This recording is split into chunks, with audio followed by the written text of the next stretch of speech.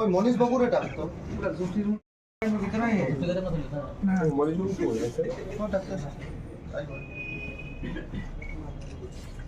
কালকে রাত্রিবেলা আমাদের কাছে একটি ইনফরমেশন আসে যে আমাদের প্রগতি স্কুলের ব্যাক সাইড দিয়ে কিছু যুবক নেশা জাতীয় দ্রব্য বিক্রি করছে এবং তারা তাদের অ্যাসোসিয়েটকে নিয়ে আগরতলা শহরের বিভিন্ন জায়গাতে, যেমন রাধানগর, আমাদের লেক চৌমনি এরিয়া, সেই সব জায়গাতে তারা বিক্রি করে।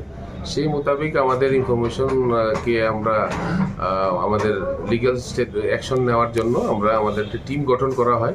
আমাদের টিমে আমাদের এখানে যারা আমাদের সিনিয়র অফিসাররা ছিল, প্লাস আমাদের রামনগর আউটপোস্টের অফিসার ইনচার্জ শুভেন্দু দাস, এখানের ইন্সপেক্টর ডালং এবং আরও যারা ছিল, তারা সবাই মিলে আমরা গিয়ে ওই জায়গাতে আমরা রেড করি। রেড করার পর আমরা দুজন ড্রাগ প্যাডলারকে আমরা গ্রেপ্তার করি। তাদের নাম হচ্ছে, একজনের নাম হচ্ছে বান্টি নায়েক, আরেকজনের নাম হচ্ছে সুজিত রয়।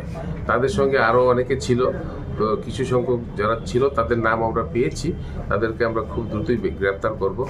আর তাদের কাছ থেকে আমরা 5.2 গ্রাম হিরোইন ভাইলস, যা টোটাল 250 নাম্বারস, এটা আমরা পেয়েছি। তাদেরকে এইগুলি আমরা সিজ করেছি, যা যাবতীয় যা লিগ্যাল প্রসিডিউর মেনটেন করে, এবং তাদেরকে আমরা আজকে দুজন আসামিকে আমরা আজকে আদালতে প্রডিউস করব তাদেরকে পুলিশ রিমান্ডের জন্য।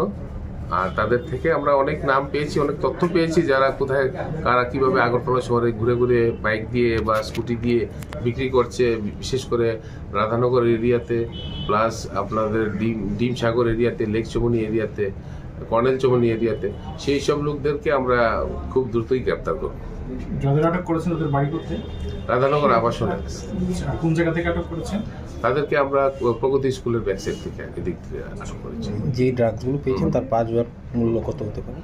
বাজার মূল্য 1 লাখ টাকা। 1 লাখ টাকা। প্রাথমিক তদন্তে জানা গেছে তারা কোথায় থেকে পেয়েছে বা তাদের কাছ থেকে আমরা অনেক তথ্য পাচ্ছি, যেগুলি আমরা ইনভেস্টিগেশনে আমরা এইগুলির উপর বেস করে আমরা অন্য যারা জড়িত আছে তাদেরকে আমরা গ্রেপ্তার কোথায় থেকে আনছে এগুলি আমরা পাচ্ছি। আবার তার জন্য তো তাদেরকে আমরা পুলিশ রিমান্ডে নিয়ে আসবো এবং জিজ্ঞাসাবাদ করব।